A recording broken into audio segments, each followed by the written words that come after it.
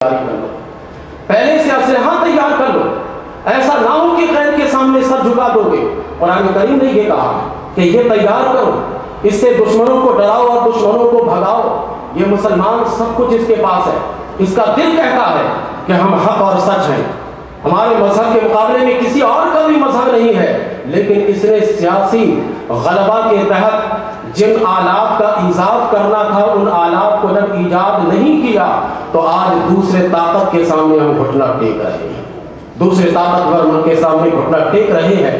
اور اسی وجہ سے ٹیک رہے ہیں کہ جب ہمیں سیاسی غلبہ ملا تھا، کبھی بنو عباسیہ کے دور میں، کبھی بنو امیہ کے دور میں، کبھی خلافت عثمانیہ کے دور میں، اس کے بعد پھر کتنی خلافتیں آئیں، لیکن جس طریقے سے کارنامہ ہونا چاہیے تھا اس طریقے سے کارنامہ نہیں ہو سکا۔ اگر ہوتا تو پھر آج مسلمان قوی ہوتا، مضبوط ہوتا، پھر اس مسلمان کا غلبہ پوری دنیا پر ہوتا۔ تو ہماری ایک کمزوری ہے نا کہ ہم وَأَعِدُّوا لَهُم مَّا اسْتَطَعْتُمْ ہم پر عمل نہیں کر سکے۔ یہ تیسرے قوت کو دیکھتے ہوئے امام حسین رضی اللہ تعالی عنہ نے یزید کے بیعت سے انکار کیا۔ آپ کہیے گا کہ یزید نے کیا کیا، شہر اسلام کو کیسے برباد کیا؟ میں واقعہ بتاتا ہوں، آپ کا ذہن اس طرف ضرور جائے گا کہ یہ واقعہ تو امام حسین کی شہادت کے بعد ہوا ہے، اور آپ شہادت سے پہلے کی بات بتائیے تو میرے تقریر کے عنوان میں جو لفظ ہے وہ ہے امام حسین کا دینی اور سیاسی، دینی اور سیاسی، دین کا بھی لفظ ہے۔ امام حسین رضی اللہ تعالیٰ عنہ کا جو دینی تدبر تھا وہ یزید کو پہلے سے سمجھ چکے تھے اس کے تحت میں کہ یزید کیا کچھ کرے گا۔ دینی تدبر یہ تھا کہ قبل از وقت آپ جانتے تھے کہ یہ کیا کرے گا، اور سیاسی تدبر یہ ہے کہ جب ہو رہا ہے تو آپ دیکھ رہے تھے کہ یہ کام ہو رہا ہے۔ واقعہ حرہ بہت مشہور واقعہ ہے تاریخ میں، اس کا خلاصہ بتاتا ہوں۔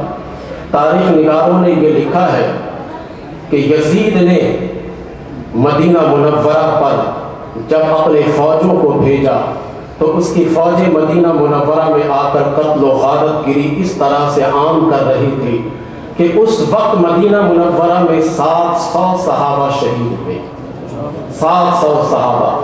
یہ امام حسین کی شہادت کے بعد ہوا ہے، لیکن امام حسین کا دینی تدبر نے پہلے پرکھ لیا تھا کہ یزید کس کھاتے کا آدمی ہے۔ امام حسین نے پہلے سمجھ لیا تھا کہ یہ کیا کرے گا، کیونکہ اس کے نظیر پہلے سے موجود تھے۔ 700 صحابہ شہید ہوئے، اور لگ بھگ تاریخ نگاروں میں تاریخی واقعات میں تو اختلاف ہوتے ہی ہیں، تقریباً 3000 مسلمانوں کو شہید اس نے کی۔ مسجد نبوی میں 3 دن تک نہ آذان ہوئی نہ نماز ہوئی۔ تو ایسا حاکم جو سیاسی قوت حاصل کرنے کے بعد تحفظ دارالاسلام نہ کر سکے، کیا اس کی بیعت کرنی چاہیے؟ جو اسلام کی حفاظت نہ کر سکے، کیا اس کی بیعت کرنی چاہیے؟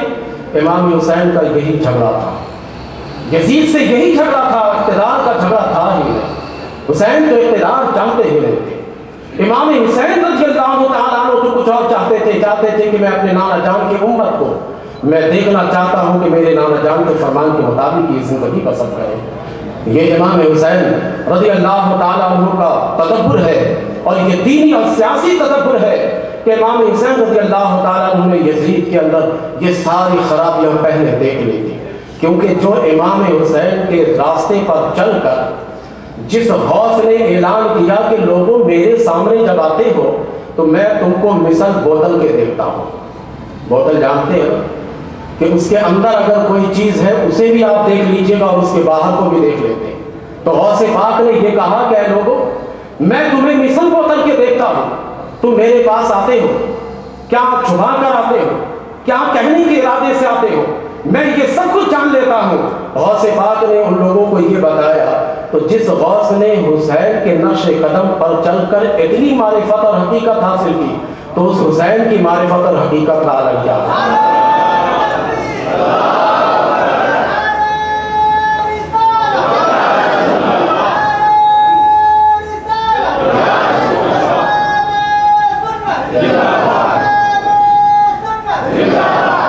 اس حسین کا عالم کیا ہوگا؟ امام حسین نے یزید کے اندر بھی دیکھا تھا، باہر بھی دیکھا تھا۔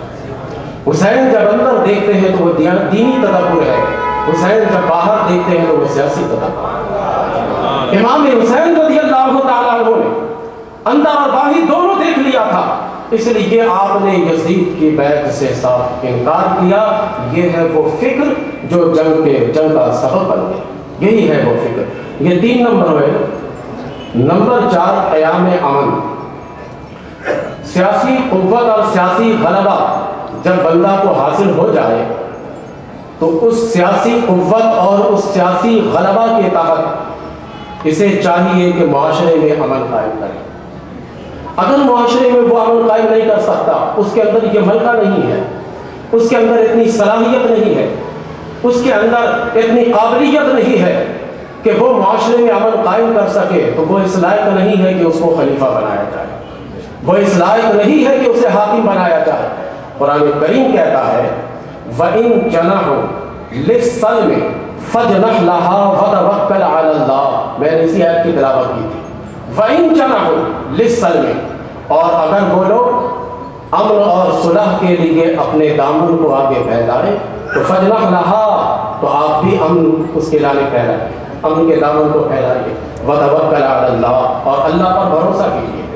اگر یہ خدشہ ہو کہ میں امن کا معاہدہ کر رہا ہوں، قیام امن کے لیے کوشش کر رہا ہوں، آگے والا پتہ نہیں دل سے ہم سے سلوک کر رہا ہے یا اوپر دل سے سلوک کر رہا ہے، اس کا اصل مقصد کیا ہے، اگر یہ خدشہ ہو تو وَتَوَكَّلْ عَلَى اللَّهِ، اللہ پر بھروسہ کرنے کا۔ تم تو نہیں سمجھ سکو گے، لیکن تم اتنا عمل کر لو جو ظاہر میں ہے کہ تم سلوک کر لو، تو قرآن کریم کی آیت کے مطابق چوتھا مقصد سیاسی قوت کا ہوتا ہے کہ معاشرے میں اور ملک میں امن قائم کیا جائے۔ اگر امن قائم نہیں ہوتا، قائم نہیں کر سکتا، اس کے اندر اتنی صلاحیت نہیں، تو وہ اس لائق نہیں ہوتا ہے کہ اسے اقتدار کی کرسی پر بیٹھا دے۔ اور یہ صرف امام حسین کا نظریہ نہیں، ہمارا اور آپ کا بھی نظریہ ہے۔ ہمارے یہاں بھی دیکھیں احتجاج کرتے ہیں نا کہ جب ہمارے ملک میں امن قائم نہیں ہو رہا ہے تو حکومت کو چاہیے کہ وہ مستعفی ہو جائے۔ یہ صرف امام حسین کا نظریہ نہیں ہے، امام حسین رضی اللہ تعالیٰ عنہ بلکہ پورے دنیا کا یہ اصول اور نظریہ ہے۔ اب یزید اس میں کیا تھا، کس معیار پر یہ یزید اتر رہا تھا، تب اس کو دیکھنا ہے۔ یزید کے بارے میں ابن اسیر نے ایک قول لکھا ہے، میں اس کا چھوٹا سا فقرہ آپ کے تقریر کی مناسبت سے پیش کرتا ہوں۔ یزید اور یزیدیوں کے بارے میں انہوں نے لکھا ہے وَأَظْهَرُ الْفَسَادَ وَأَكْتَرُ الْحُدُودَ، کہ یہ یزیدی روئے زمین پر فساد برپا کرتے تھے، قیام امن کے مخالف ہے یہ، اور یہ یزید کے حکم سے ہو رہا تھا کہ اللہ کی زمین پر یہ فساد کرتے تھے، وَأَكْتَرُ الْحُدُودَ، اور اللہ کی حدودوں کو معطل کرتے تھے، اس کو توڑتے تھے۔ تو یزید کو کسی اعتبار سے قرآن کی آیت کی اس روشنی میں کسی اعتبار سے اس لائق نہیں تھا کہ اسے اقتدار کی کرسی پر بیٹھنا تھا، کسی اعتبار سے نہیں تھا کہ وہ خلیفہ بن سکے، اس لیے امام حسین رضی اللہ تعالیٰ عنہ نے صاف انکار کر دیا۔ اس چاروں سیاسی مقاصد کے سننے کے بعد امام حسین کا ایک خطبہ سماعت فرمائیے۔ جنگ قادسیہ میں امام حسین رضی اللہ تعالیٰ عنہ نے ایک بڑا وسیع اور بلیغ خطبہ دیا، جس میں آپ نے اپنی سیاسی تدبر کا اظہار کیا ہے، آپ نے اپنی دینی تدبر کا اظہار کیا ہے۔ امام حسین رضی اللہ تعالیٰ عنہ نے قادسیہ کے مقام پر ایک بڑا بہترین خطبہ دیا ہے، جس میں آپ کے سیاسی تدبر اس کا بھی پتہ چلتا ہے اور آپ کے دینی تدبر